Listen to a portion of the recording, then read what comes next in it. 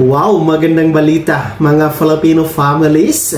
Aprobado na sa Kamara. Dagdag sigurado na. Pag-uusapan natin sa video na ito.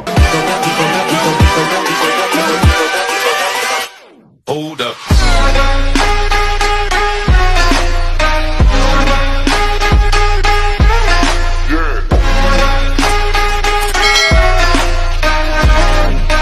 Hello mga ka-vlogs! Welcome dito sa aking YouTube channel. Magandang araw po sa lahat ng mga manonood. Saan po kayong dako sa mundo? Kumusta kayo mga ka-vlogs? Magandang balita ito sa lahat ng mga Filipino families sapagkat aprobado na sa Kamara ang dagdag. Mamaya-maya pag-uusapan natin. Pero bago ang lahat, kung bago ka pa lang dito sa aking YouTube channel o di kaya hindi ka pa nakasubscribe, i-click nyo muna ang ating subscribe button na nasa baba. Huwag niyong kalimutan na pindutin ang notification bell. Ilagay niyo po sa all para naman updated kayo sa lahat ng mga videos na aking i-upload.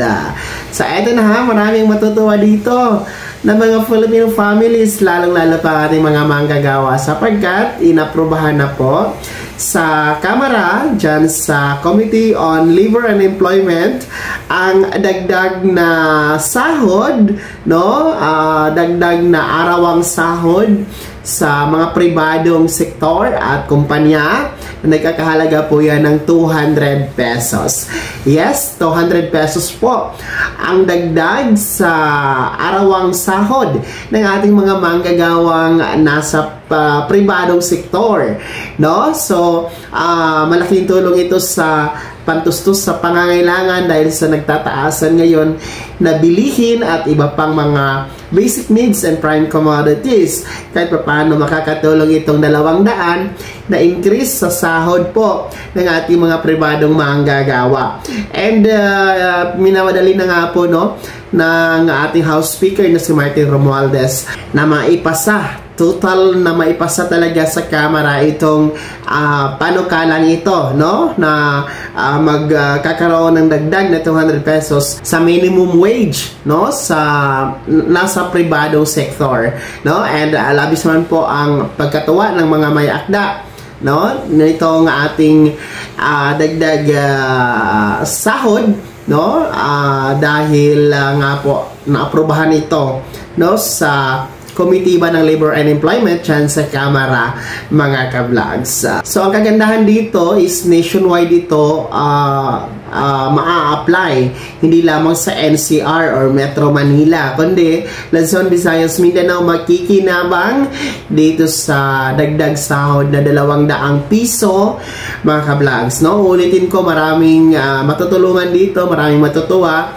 Kahit pa paano ay malaking tulong na din po sa pandagdag pantustos sa mga pangangailangan para sa ating mga pang-araw-araw, no, na kinakailangan, lalong-lalo pa pamasahe ng mga manggagawa, dagdag sa pambili ng bitamina, pagkain, yung mga mayroong maintenance na gamot na sinusuportahan, no, and iba pang pangangailangan ninyo. So, sana, no, sana total ma-implement ito, magiging isang ganap na batas, no, itong 200 pesos wage increase nationwide. Kaya naman mga ka-vlogs, mga Filipino families, ano po inyong komento at reaksyon sa balitang ito? Kayo ba ay natutuwa dito sa 200 pesos? Dagdag na sahod, sapat na ba ito sa pantustos ng ating pangangailangan, pandagdag? Ibahagi niyo po sa comment section na nasa baba. Pakilakip ng inyong buong pangalan at kung taga saan kayo. Bago ako magtapos sa video na to, kung gusto niyo pong sumuporta sa aking YouTube channel, maaari niyo pong i-click ang ating super thanks button na nasa baba. Sa mga gusto maging miyembro, pwede po i-click niyo po ang ating join button. Maraming perks dyan mga ka-vlogs. Be my member now. Sana naging gabay ang video na to. Kahit pa paano na pag-uusapan natin ang mga mahalagang nagaganap sa ating lipunan.